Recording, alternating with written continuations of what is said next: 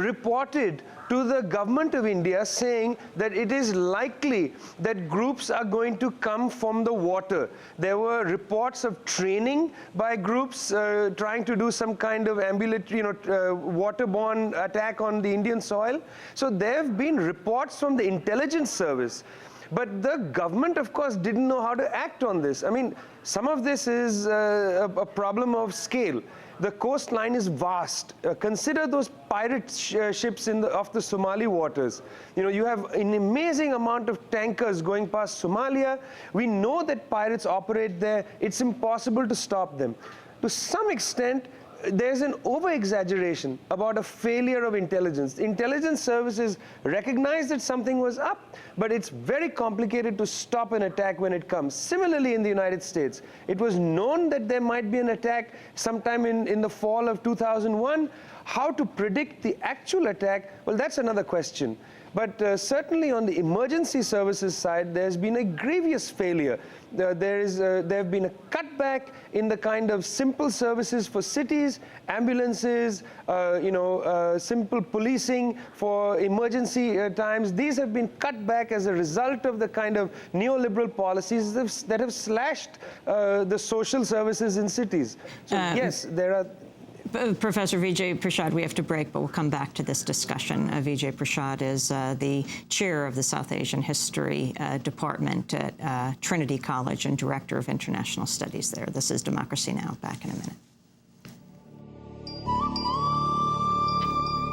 Bombay theme song by A.R. Rothman. This is Democracy Now!, democracynow.org, the War and Peace Report, as we talk about what's happening and has happened in Mumbai, the terrible massacre that took place, close to 200 people killed, hundreds more injured. It went on for days. This is now the aftermath. Vijay Prashad with us in Chicopee, Massachusetts. He teaches at Trinity College. Tariq Ali on with us, Pakistani British commentator, author, on the line with us from London, and Vijay Prashad and Biju Mathew here in New York with the campaign to stop funding hate. You wrote a very interesting piece, Biju, talking about the 9/11 of India and talking about the anti-terror laws. Talk about POTA, what that is. The Prevention of Terrorism Act, which was the quote-unquote the equivalent to the Patriot Act here, essentially was something that was repealed by this government immediately after it took power. And the repealing of this, the Prevention of Terrorism Act, came on the heels of years of protest by civil rights groups and human rights groups and mass movements in India, saying that this was a draconian law, a law that primarily, its primary purpose in the end was one of harassing people, denying them basic legal access, etc. And so, the movement against POTA had built up very, very significantly by 2004, and the government was forced to repeal it because it came again on the government itself came to power in a certain sense on the backs of a certain amount of unrest within the people on these kinds of issues. Now, POTA itself has a long history. India has had several such draconian laws which have been brought in, and then because of public pressure, the Indian government has been forced to withdraw it.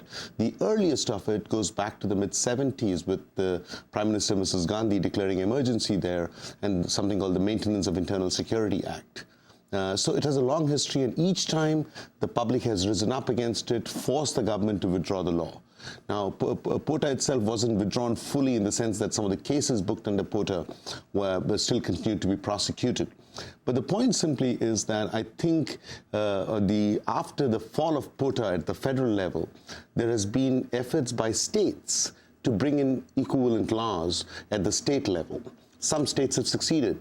The state of Chhattisgarh, for instance, which has right now one of the worst human rights records, one of the worst civil rights records, has its own special security act right now. So we're looking at a context wherein the state has consistently failed at justifying and keeping in place any kind of draconian law, and now is trying all sorts of underhand means of getting it back on. And what this current situation does, it allows for the state, a particular combination of the center and the right, to once again create a discourse of a necessity for a Prevention of Terrorism Act or something equivalent, without even, of course, what is left unexamined there is the abysmal record of any such law in prosecuting anybody who's got anything to do with anything wrong. I mean, here in the United States with the Patriot Act, we know the entire history of it by now.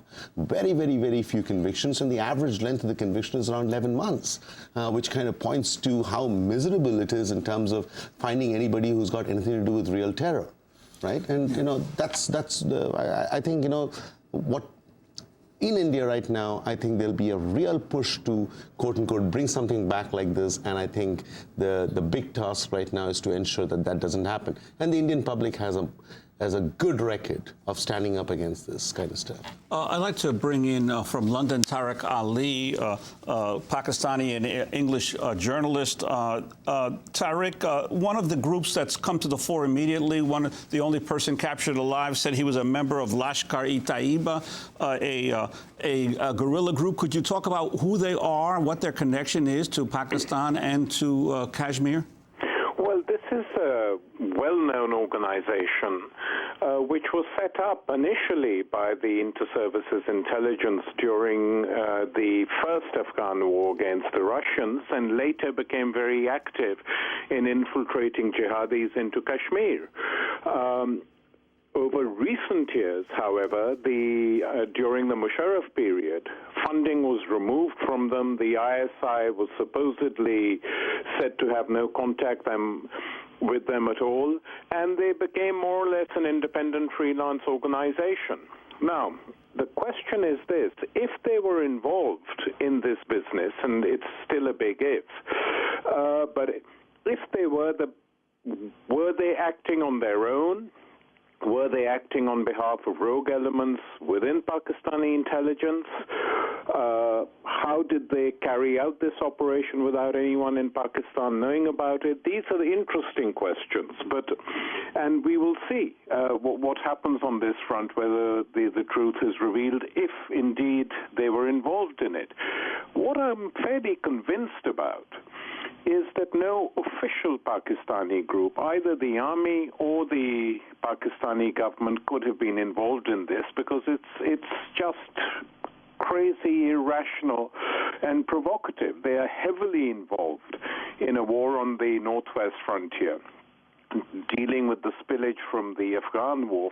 For them to provoke India in this way is just unthinkable, and I don't think some of the wilder charges being made in the Indian press are accurate, because all they're intended to do, and I mean, Vijay is absolutely right about using the 9/11 model, because the 9/11 model leads to war in occupying of other countries, and there is a lobby in India which is suggesting that Pakistan be taught a lesson, and I think this would be foolish, because these are nuclear states, and any new war would lead to disaster, but tensions are mounting.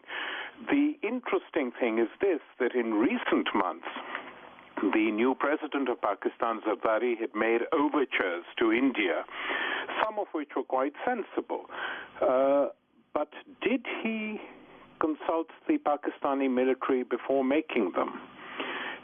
And if he didn't, it was very unwise, because making a serious overture to India without consulting the army in Pakistan is just foolish and counterproductive.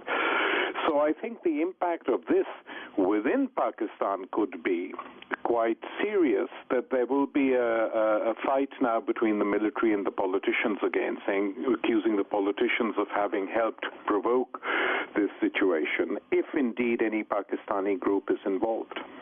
And Tariq, what about the allegations that, so far unconfirmed, that there were British Muslims involved in the attacks? How is that playing out in England? It's been denied very strongly in Britain by the British government and the intelligence agencies, saying there's absolutely no proof of this at all. So I think that particular one has died down. I mean, the point I would make about this whole business, which is, of course, ghastly, terrible, we can use whatever words we want to use about it, but I think it should be stated that if images were shown of the killings going on in Afghanistan or in Pakistan's northwest frontier province as a result of state terrorism carried out by the United States and its allies, or in Iraq, let's imagine that every single atrocity being committed in Iraq and Afghanistan were broadcast like this by the world media. The effect would be electric, but it isn't. So we see these images, horrific though